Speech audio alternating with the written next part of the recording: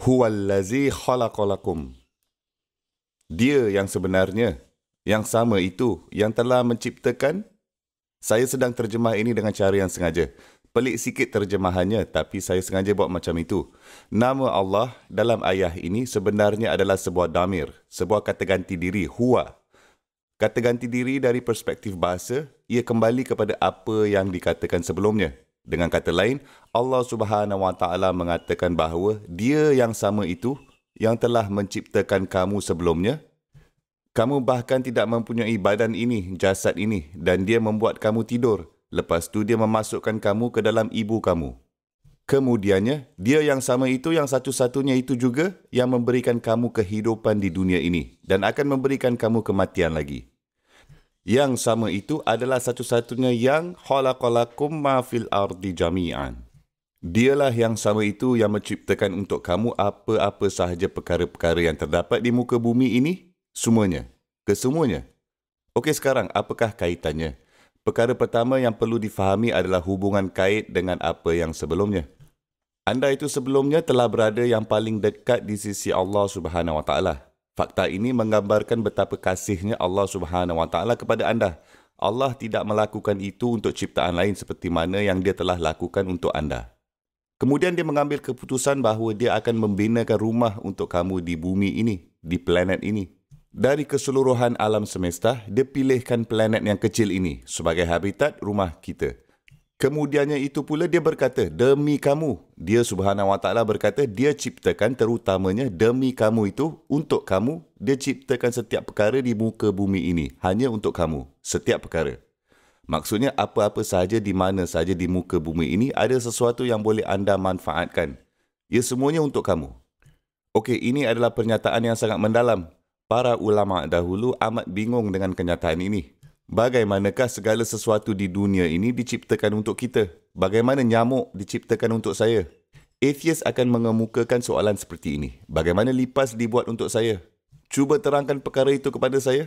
Atau bagaimana itu dan ini diciptakan untuk saya?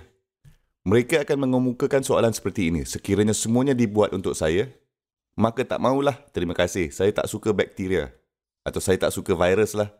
Mereka akan berkata bagaimana benda-benda itu semua untuk saya. Respon untuk itu semua sebenarnya anda harus mengambil langkah ke belakang dan melihat lebih mendalam apa yang Allah Subhanahu Wa Taala katakan. Idea faedah, idea manfaat untuk seseorang materialis hanya boleh menjadi tentang perkara material saja. Apabila orang itu hanya boleh berfikir dari segi material saja, idea mereka tentang faedah atau manfaat hanya boleh datang dari apa? Perkara-perkara material saja. Tidak ada faedah lain dalam pandangan mereka kerana mereka telah menjadi materialistik sepenuhnya. Zalika mablaghuhum minal ilm walam yurid ilal hayatad dunya zalika mablaghuhum minal ilm. Mereka tidak menginginkan apa-apa kecuali kehidupan duniawi. Kerana itulah sejauh mana pengetahuan mereka. Itu sejauh yang mereka dapat fikirkan. Oleh itu apabila mereka memikirkan apa-apa di dunia ini, mereka berfikir bagaimana ini dapat memberi manfaat secara fizikal kepada aku. Macam mana ini boleh manfaatkan dalam penggunaan saya? Kekayaan aku, status aku, keselamatan aku, bagaimana bahan-bahan ini baik untuk aku.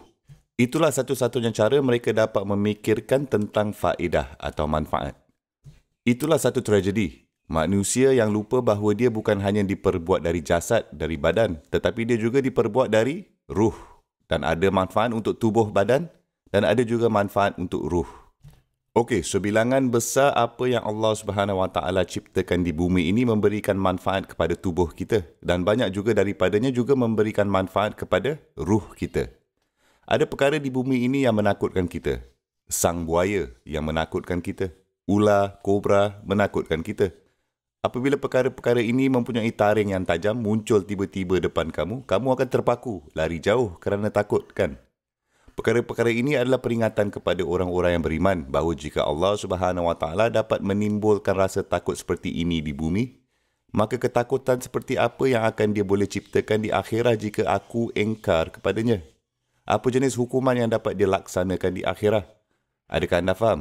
Apabila ada perkara yang anda anggap menjijikkan di dunia, anda mendapati siput menjijikkan, lipas menjijikkan. Sekiranya anda menganggap keburukan ini atau serangga ini atau makhluk ini yang dikelilingi oleh kotoran dan anda membencinya.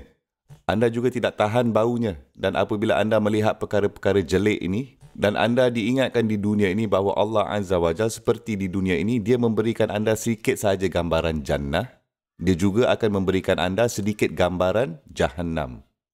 Sangat-sangat sikit dari gambaran jahannam pun ada. Dia Subhanahu wa Ta'ala akan mengikatkan realiti fizikal dengan realiti kerohanian, realiti spiritual. Dia Subhanahu wa Ta'ala akan melakukannya untuk anda berulang-ulang kali. Jadi walaupun perkara yang tidak memberi manfaat secara fizikal kepada anda, ia tetap menjadi peringatan untuk anda. Inna fi zalika la tazkiratan la zikrah. Ada peringatan yang kuat dalam hal ini untuk kamu, dalam hal itu, dalam hal ini, perkara itu, perkara ini. By the way, sesuatu peringatan selalu ada faedah dan bermanfaat. Fazakir in nafa'atiz zikrah. Sesuatu peringatan sentiasa bermanfaat. Jadi dunia dan kesemua perkara yang ada di dalamnya sebenarnya adalah bermanfaat dan berfaedah.